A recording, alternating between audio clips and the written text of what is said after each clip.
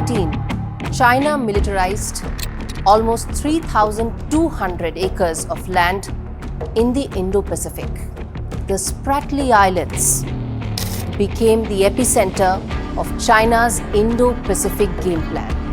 10 years later, China now has a plan for the Caribbean. So what exactly is China's Caribbean plan? Let's decode. China's strategy is on two fronts.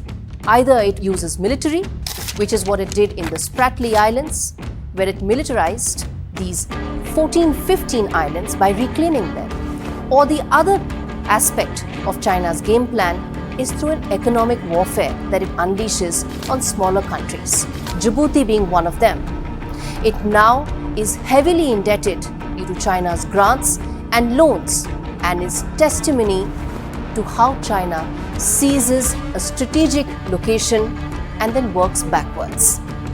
The latest now is Antigua, just 200 miles outside of US Virgin Islands. That's where China is now pumping in billions of dollars in grants and loans. It's setting up an entire economic zone. Reports seem to suggest that China will even be issuing passports out of that entity and will decide who comes in, who stays there, and who isn't allowed. Of course, Chinese companies will have tariff-free access. The ultimate goal being that it will have a presence in America's backyard.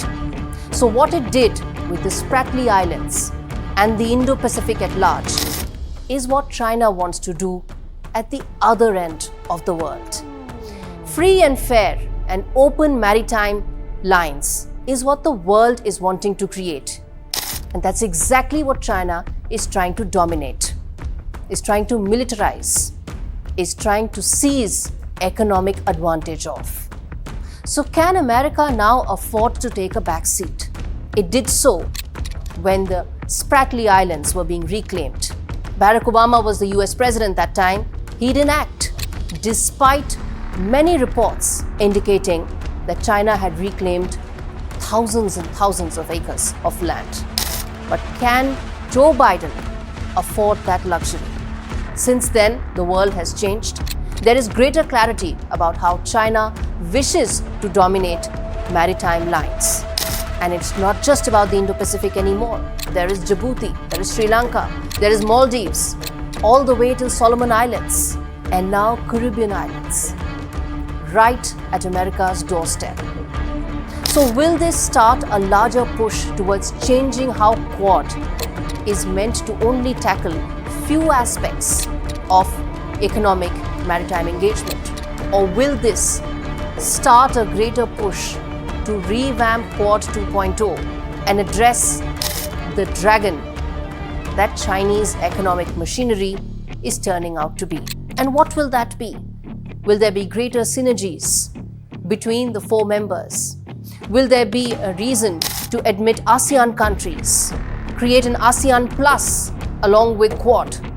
What will be the dimensions of how countries that plan to come together and challenge China's dominance in maritime domain?